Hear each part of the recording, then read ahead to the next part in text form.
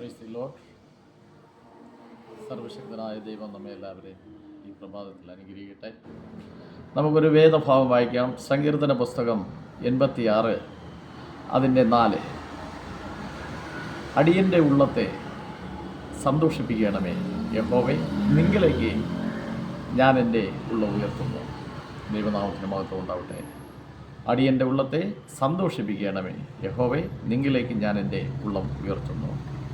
സർവശക്തനായ ദൈവത്തോട് ദാവീദിൻ്റെ ഒരു പ്രാർത്ഥന.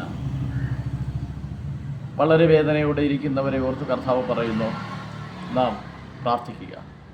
അടിയൻ്റെ ഉള്ളത്തെ, നമ്മുടെ ഉള്ളത്തെ തന്നെ സന്തോഷിപ്പിക്കുന്ന നിലവാരത്തിനൊത്തവണ്ണം ദൈവം നമ്മോട് പ്രവർത്തിപ്പാം. അവിടെ പറയുന്ന യഹോവേ, നിങ്ങളിലേക്ക് ഞാൻ എൻ്റെ ഉള്ളം ഉയർത്തുന്നു. ഹൃദയത്തെ കർത്താവിൻ്റെ കരങ്ങളിൽ നമുക്ക് ഇന്ന് പ്രഭാതത്തിൽ കൊടുക്കാം. അനേകം പ്രതികൂലത്തിൽ കൂടെ പോകുന്നവരെ നാം എല്ലാവരും അനേകം കടഭാരങ്ങൾ കടന്നു, അനേക രോഗങ്ങൾ, അനേക നിന്ന പരിഹാസങ്ങളുടെ നടുവിൽ കൂടെയൊക്കെ നമ്മൾ പോകുന്നവരാണ്. ഒരുപാട് പ്രതികൂലത്തിൻ്റെ മനുഷ്യനായി ജനിക്കുന്നവർക്ക് കഷ്ടമുണ്ട്. അല്പകാലത്തേക്ക് കർത്താവ് പറഞ്ഞതുപോലെ ഓക്കെ.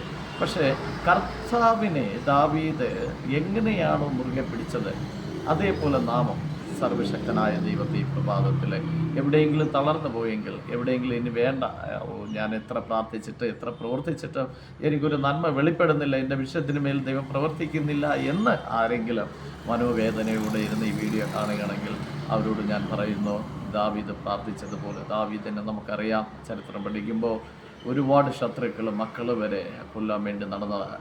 പക്ഷെ പുള്ളി ആ ദൈവത്തിൽ നിന്ന് അകന്നു പോയില്ല. ആ ദേവദാസൻ എപ്പോഴും കർത്താവിൻ്റെ ഉള്ളത്തിൽ ധ്യാനിച്ചു കൊണ്ടിരുന്നു. നമ്മൾ ഇന്ന് ഈ പ്രഭാതത്തിൽ സർവശക്തനായ ദൈവം നമ്മുടെ ഉള്ളങ്ങളിൽ കൂടെ നമുക്ക് കർത്താവിനെ അധരം കൊണ്ട് നമ്മൾ വിളിച്ചില്ല എങ്കിലും ഹൃദയം കൊണ്ട് നമുക്ക് ഇന്ന് നിലവിളിച്ച് കർത്താവിനോട് പ്രാർത്ഥിക്കാം. അടിയൻ്റെ ഉള്ളത്തെ സന്തോഷിപ്പിക്കണമേ ഹോളി സ്പിരിറ്റ് യഹോവേ, നിങ്ങളിലേക്ക് ഞാൻ എൻ്റെ ഉള്ളം ഉയർത്തുന്നു.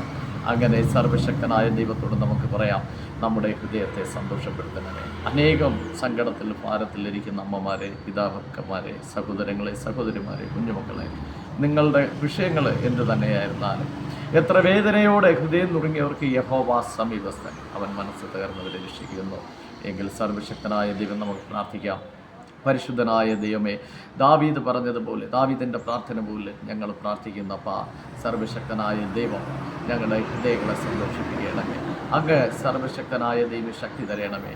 അങ്ങയോട് പ്രാർത്ഥിപ്പാൻ, അങ്ങയോട് സങ്കടയാചനകൾ ചെയ്യുവാൻ, സർവശക്തനായ ദൈവം സകലവും അങ്ങയെ സമർപ്പിച്ച് പ്രാർത്ഥിക്കുവാൻ ഞങ്ങളുടെ മേൽ, ഞങ്ങളുടെ ഹൃദയത്തിന് മേൽ സന്തോഷം നൽകുന്ന ആ സർവശക്തനായ ദൈവത്തിൻ്റെ പരിശുദ്ധാത്മാവ് ഞങ്ങളിൽ ഈ പ്രഭാതത്തിൽ ഇറങ്ങട്ടെ.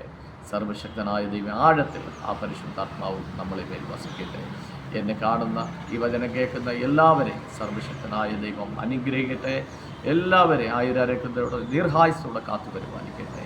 കൈകാലുകൾ ബലപ്പെടട്ടെ, അസ്ഥികൾ ബലപ്പെടട്ടെ, മജ്ജമാംസം ബലപ്പെടട്ടെ, ഞാടിയരമ്പുകൾ ബലപ്പെടട്ടെ. മക്കൾ തലമുറകളെല്ലാം മാനിക്കപ്പെടട്ടെ. ജോലി മേഖലകളിലെല്ലാം മാനിക്കപ്പെടട്ടെ. ജോലി ഇല്ലാത്തവർക്ക് ജോലി കിട്ടട്ടെ. സർവശക്തനായ ദൈവം നമ്മെ എല്ലാവരെയും അനുഗ്രഹിക്കട്ടെ. യേശുവിൻ നാമത്തിൽ തന്നെ പിതാവേ, ആമേൻ, ആമേൻ, ആമേൻ.